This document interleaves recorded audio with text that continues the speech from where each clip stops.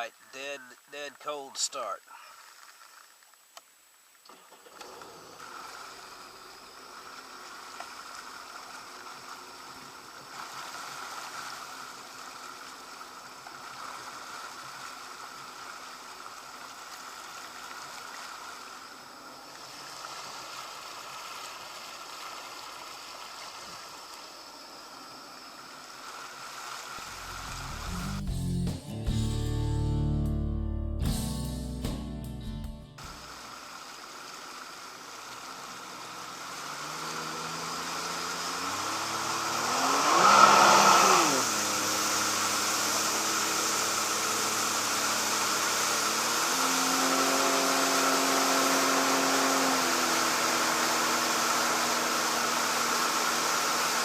Very calm 35.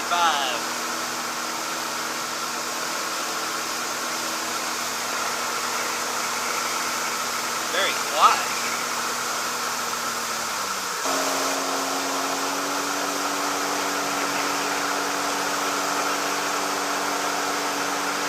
That's 42.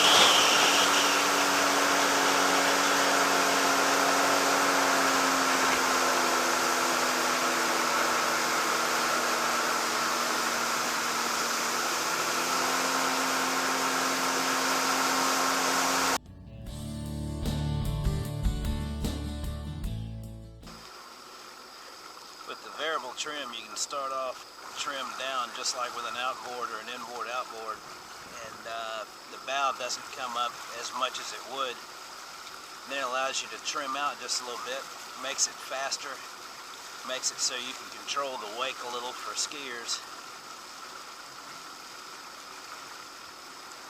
Go ahead and trim all the way in here and wait for these waves to pass, and I'll pop it up on plane again.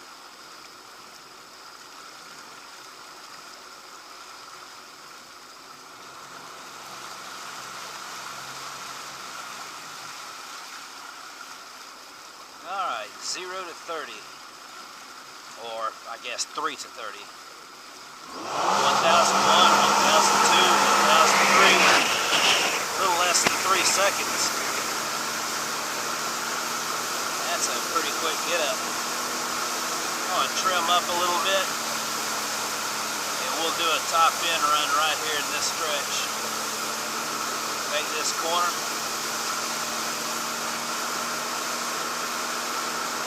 Alright, let's open it up.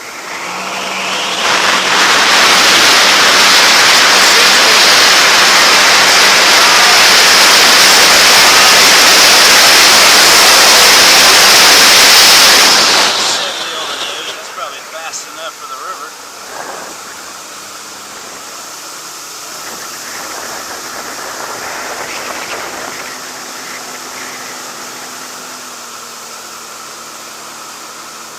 Very quiet at cruise.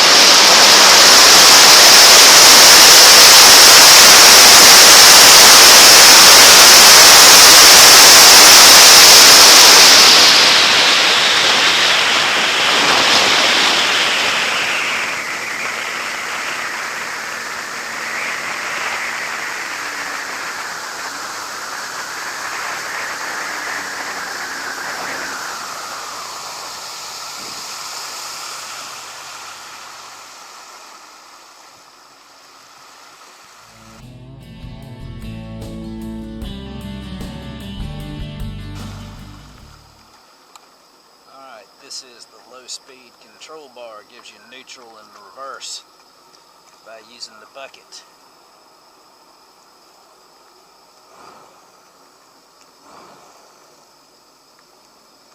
Allows you to back up to right wherever you want to go, and will even allow you to keep the boat effectively motionless.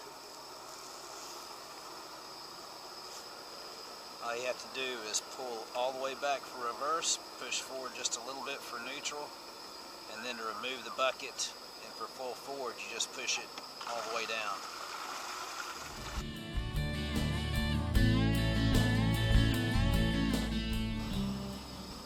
Alright, we'll use the control bar down here to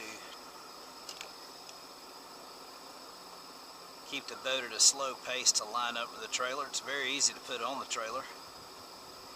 We have a good bit of wind and a little bit of current. Get the bow around there. Okay, all you got to do is get it between the two bunks. That wasn't the greatest job in the world, but alright, once it's there, you just give it a little juice. And that is a done deal.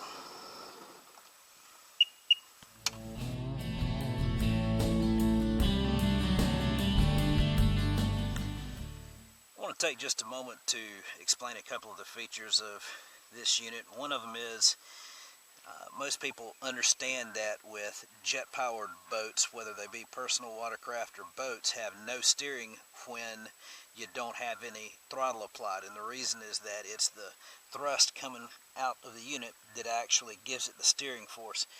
However, on this boat, there are these tracking fins on the side which are tied to the steering, so that when you turn to the left and the thrust is going this way, this will come in and the opposite side will come out, and that still pushes the back of the boat around so that you do have a little bit of steering even when you don't have throttle applied.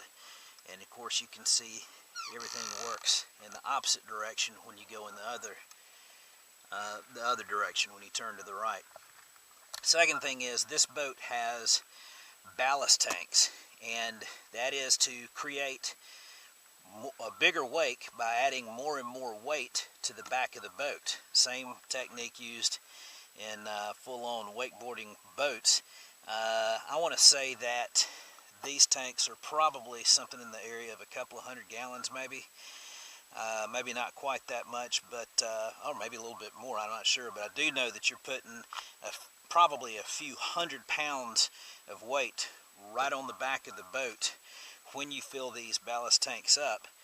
That makes the back squat, and that makes the wake much taller so that you can do bigger tricks, get more air when you're wakeboarding.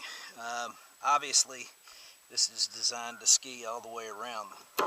This tow pile line actually has multiple positions. That's the full up position. You tie your rope here. These are removable. To remove these, you undo these clamps. They're independent, left side and right side. This pulls back and out and lifts away, and then there's just a regular Sea-Doo deck under there if you want to run without the ballast tanks on the boat.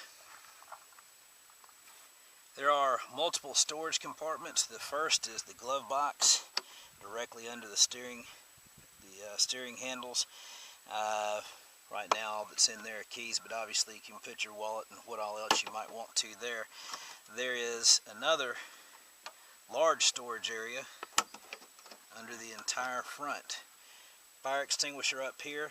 This is a dry box. Clamps on both sides, raises up. All this storage is dry. Here's a pack right here for your registration and other items that need to be with you whenever you go. This entire box will lift out of the boat. So you have lots of dry storage in that trunk. And then of course you have the engine compartment, which in this case is actually two different seat removal operations. The back seat, you lift this handle right here and slide it back. That gives you another storage compartment and an area where you can have motor parts. That's actually a spark plug on top of there, a picture of a spark plug. This is a second area which is accessed by removing the front portion of the seat. This is your motor. It's a supercharged 4-cylinder, 4-stroke Rotax motor.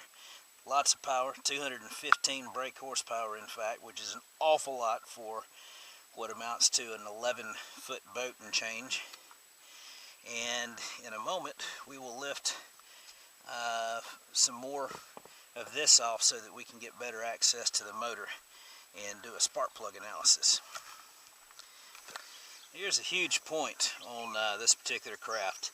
It has a closed loop cooling system, and what that means is normally with most boats, water is drawn from the lake or the ocean or wherever you are and is run through the block, and that's how you get your water cooling. In salt water, that though is a very corrosive act to bring in the ocean to your engine block, and so this has a closed loop cooling system, meaning that the radiator fluid, and this is your holding tank for that fluid, actually never sees the lake, and the lake never sees the inside of the engine block. There's a heat exchanger where water from outside is used to cool the fluid which is actually going through the block, but this fluid is not highly corrosive, and so the engine should last much longer.